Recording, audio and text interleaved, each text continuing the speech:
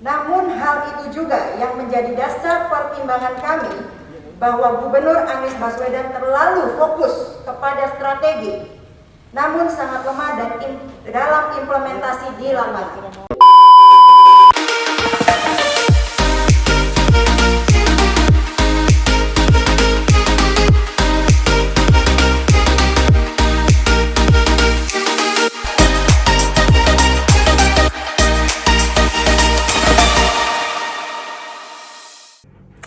Hai guys, welcome back to the channel. Nah, hari ini aku akan baca pemandangan umum fraksi di DPRD. Jadi kayak menyampaikan pendapat untuk Raperda itu rancangan peraturan daerah untuk COVID-19. Jadi kayak peraturannya gitu deh intinya. Jadi supaya ada penegakan yang tepat, terus hukumnya juga jelas, dan yang pastinya kalau ada apa-apa kita semua diajak ngobrol gitu.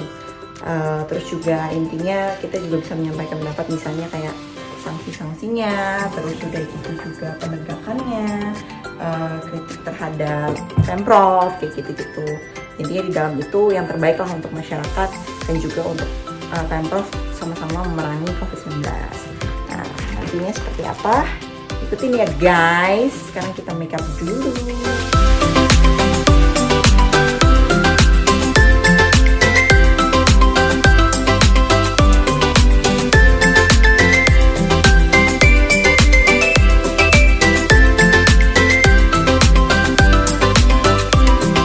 Oke guys, see you there. Ketemu nanti di sana. Mudah-mudahan semuanya lancar dan nanti pada saat pembahasan Raperda juga lancar. Pokoknya all the best buat kita semua. Semoga kita semua tetap sehat dan bisa melewati ini sama-sama. Semuanya selamat ya. Oke. Hai guys, sudah sampai nih di kantor DPRD dan aku akan ke atas langsung untuk persiapan ya. Yuk kita masuk ya.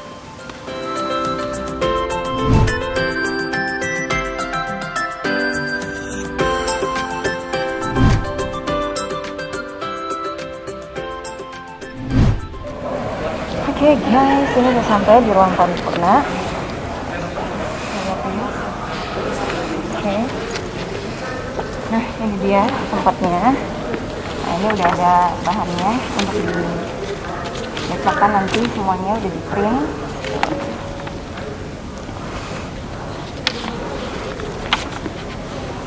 Oke, nanti kita akan ngomong di situ. Nanti di sini ada pimpinan rapat, gubernur, wakil gubernur, dan ini anggota DPRD. Oke, doakan semoga lancar. Oke guys.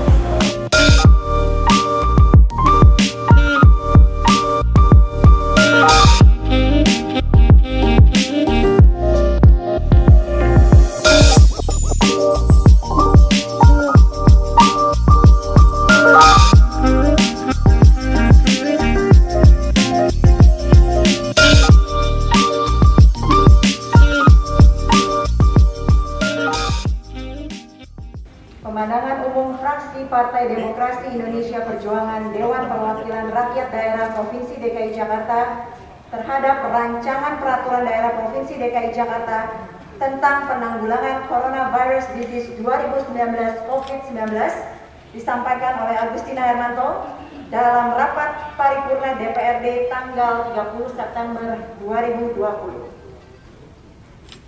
Assalamualaikum warahmatullahi wabarakatuh. Waalaikumsalam warahmatullahi wabarakatuh. Salam sejahtera bagi kita semua. Om Swastiastu, Namo Buddhaya.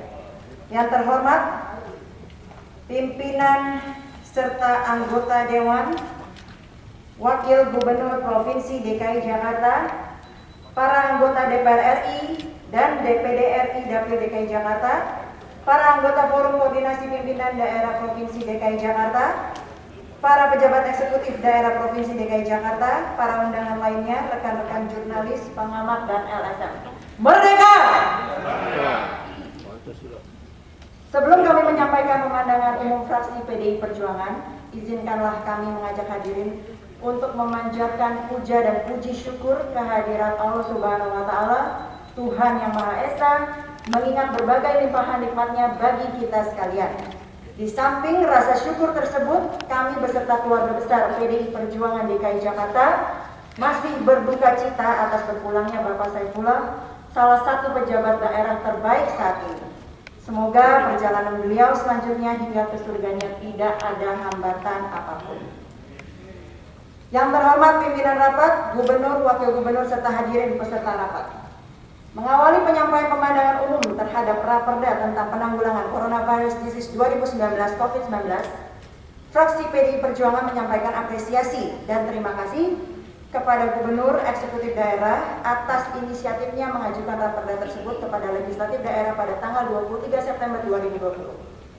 Kami sampaikan apresiasi juga atas upaya-upaya dan tindakan pencegahan maupun penanggulangan COVID-19 oleh pemerintah daerah, para dokter dan para medis, serta para pihak terkait dalam pengabdian bersama, dan kami dapat memaklumi ketika hasil kerja keras bersama tersebut dinilai belum sesuai dengan yang kita harapkan.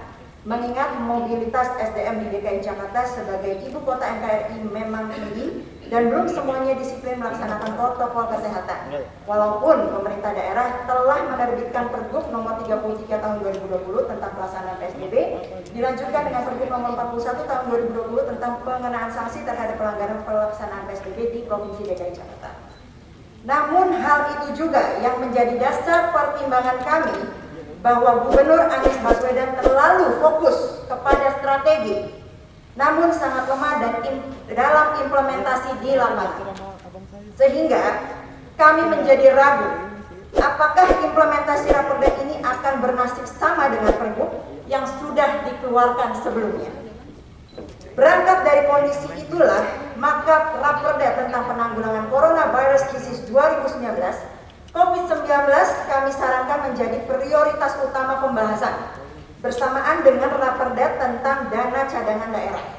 Namun karena keterbatasan waktu, kami memandang sebaiknya Raperda ini fokus saja kepada untuk mengatur penegakan protokol COVID-19 di ruang publik. Berikut ini kami sampaikan pandangan fraksi PDI Perjuangan secara ringkas terhadap Raperda tentang penanggulangan Coronavirus Disease 2019 COVID-19. 1. Bahwa Raperda yang akan kita bahas bersama sebelum menjadi perda terdiri dari 13 bab yang berisi 38 pasal dalam 15 bagian. Dari 38 pasal tersebut, 21 pasal diantaranya akan diatur lebih lanjut dengan peraturan gubernur atau pergub. Bahwa Raperda akan menjadi perda untuk landasan hukum yang kuat dan menyeluruh dalam penyelenggaraan penanggulangan COVID-19 di DKI Jakarta. Kami sepakat dengan maksud itu, namun belum terbaca dalam konsideran mengingat yaitu PPRI nomor 21 tahun 2020 tentang pembatasan sosial berskala besar atau PSBB dalam rangka percepatan penanganan COVID-19 dan keputusan Presiden RI nomor 11 tahun 2020 tentang penetapan kedaruratan kesehatan masyarakat. Apakah cakupan Raperda ini tidak terlalu luas?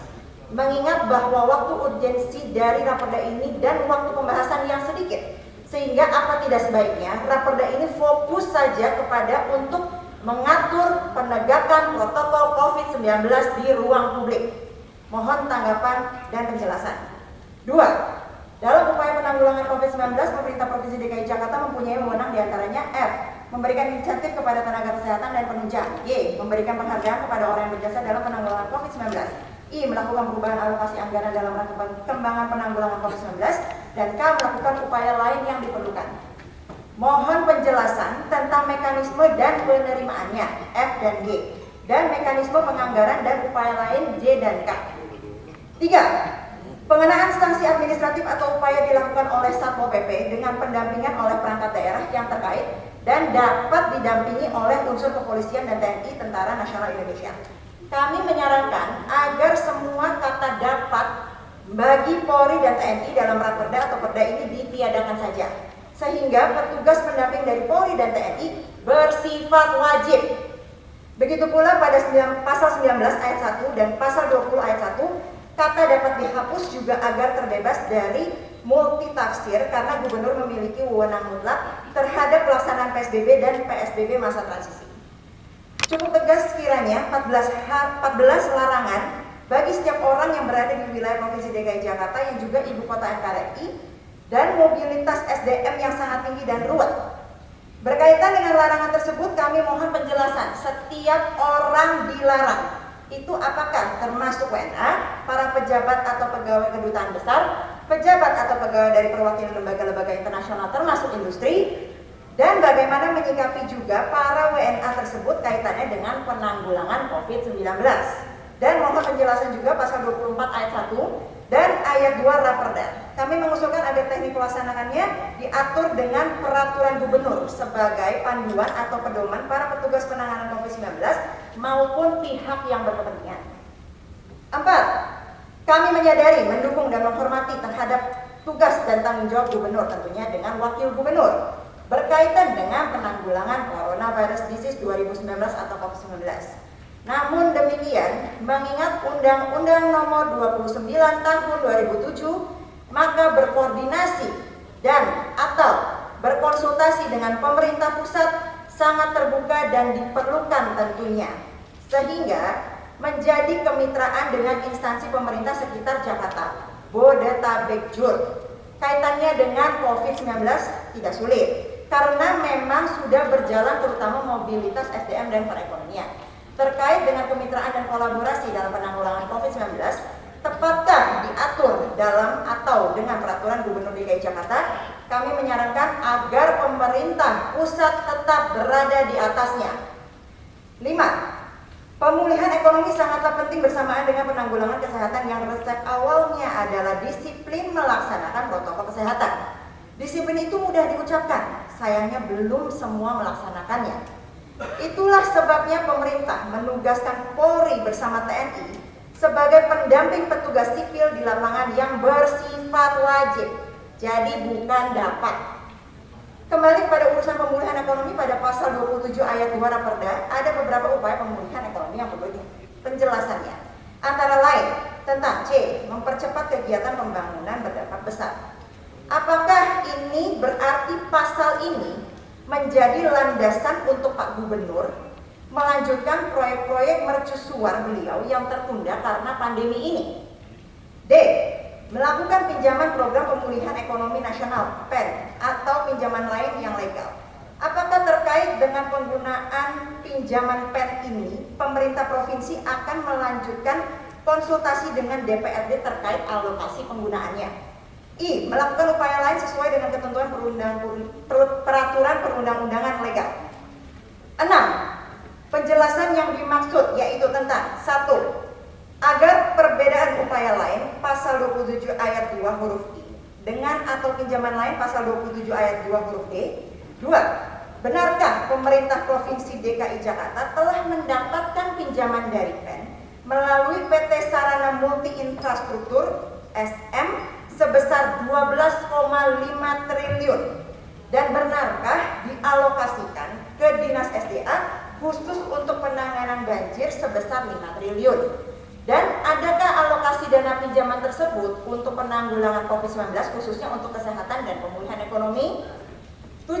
Selanjutnya tentang perencanaan pembangunan dan penganggaran, direncanakan 5 item pasal 29 ayat 1 huruf A sampai dengan E yang langsung kami tanggapi.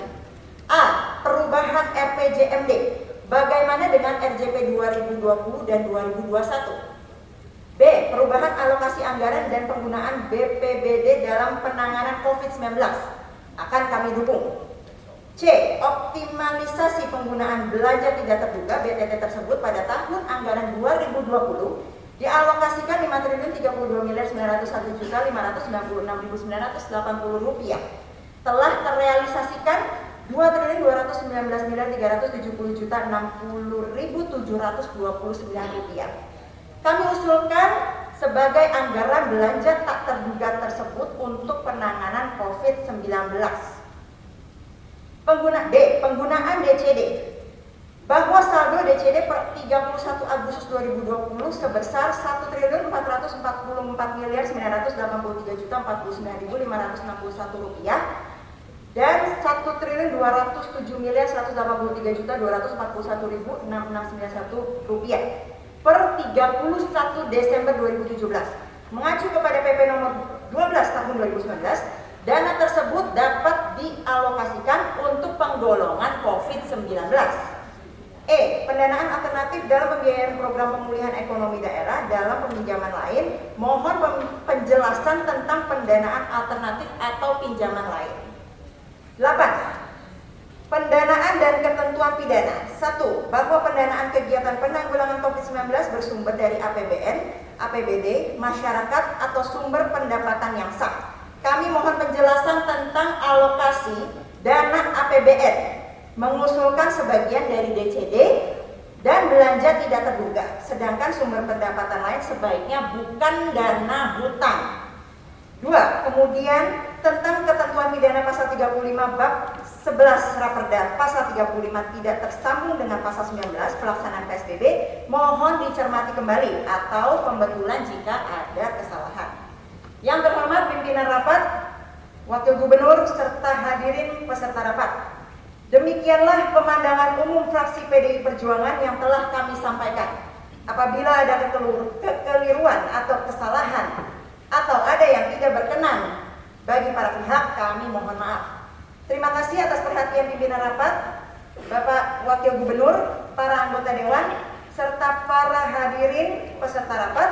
Kami sampaikan terima kasih dan terima kasih juga kepada eksekutif daerah atas tanggapan pemandangan umum fraksi PDI Perjuangan.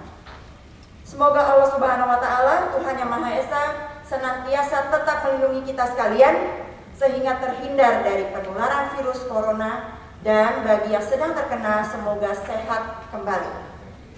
Sebelum kami menutup pandangan umum ini, izinkan kami menyampaikan pantun. Beli ikan peda bersama pedagang gula belinya naik bus patas ke Jalan Cendana. Semoga Raperda ini bisa dilaksanakan, tidak hanya jadi kertas yang tidak berguna. Assalamualaikum warahmatullahi wabarakatuh. Jakarta 30 September 2020, fraksi Partai Demokrasi Indonesia Perjuangan DPRD Provinsi DKI Jakarta. Ketua Gembong Warsono SIPMM, Sekretaris Dwi Rio Sambodo SEMM. Merdeka! Guys, sudah selesai dan lancar semuanya, dan aku senangnya beberapa poin yang memang penting dan harus disampaikan dengan tegas itu sudah disampaikan. Jadi mudah-mudahan tanggapannya juga nanti positif dari eksekutif supaya bisa menyelesaikan segala masalah tentang COVID-19. Thank you for watching, jangan lupa di subscribe, di like, di komen, dan juga ikutin terus kita. Bye!